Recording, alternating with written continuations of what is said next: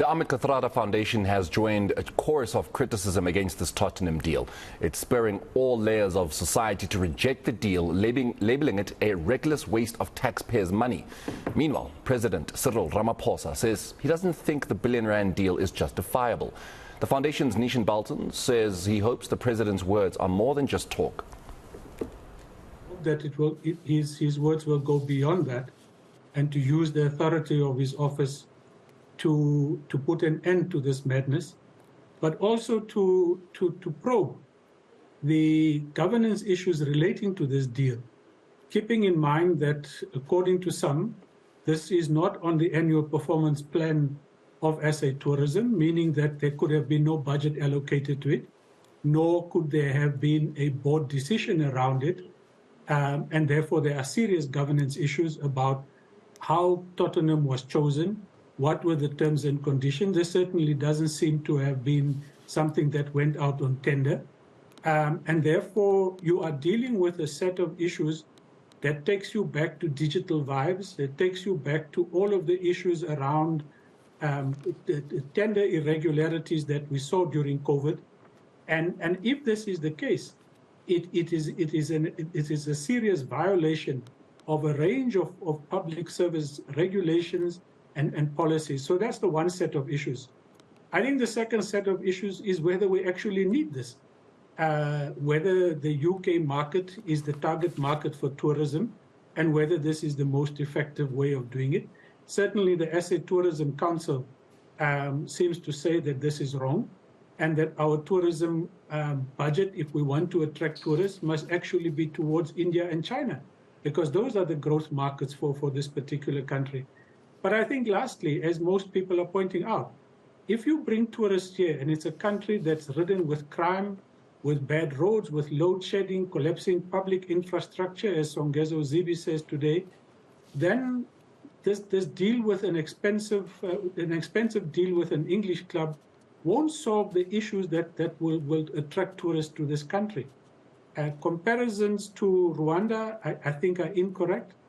South Africa and Rwanda and their tourism needs and brand identity are totally off the mark. So I'm happy the president has come to this conclusion, but I hope that he will assert his authority now and put an end to it.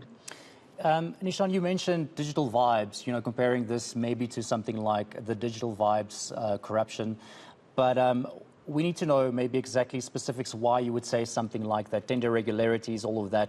Is this possibly something related to, for instance, what we heard also from Johan van der Walt, the SA Tourism's interim chief financial officer, that is linked to this deal somehow? Is that why you say that this could possibly link to something like that? Well, the comparatives are there. Tender processes are not clear. People associated with the entity are themselves alleged to be benefiting from it, and seems to have a foot in SA Tourism as well as in the company that supposedly is facilitating this deal. And you've seen that model in so many other instances of corruption in this country, that the last one being digital vibes, and I'm sure there are many others that have followed a similar pattern. So in all of this, I think what we're saying is the governance issues here around this deal certainly don't seem to have been, it seems to be sticking to the script as required by the PFMAA and other government regulations and requirements. Yeah. Some would also argue, or ask the question, is SA Tourism obligated to go through government when it comes to deals like these? No, SA Tourism, as I understand it, would be a standalone entity. It would have a set of delegated functions, but that doesn't mean that it is not above scrutiny as it has come under at this particular point in time. SA Tourism would get its budget from the national budget that essentially comes from the South African taxpayers, and therefore needs to be accountable to them as any other institution of government would necessarily have to be as well. And we heard now recently that 3 board members have resigned. What's your take on that? Well, I think we need to know why they resigned. And if I'm right, they would have resigned because they don't agree with this particular deal, and the fact that it might not have gone they might not have been involved in the decision-making processes that I've alluded to.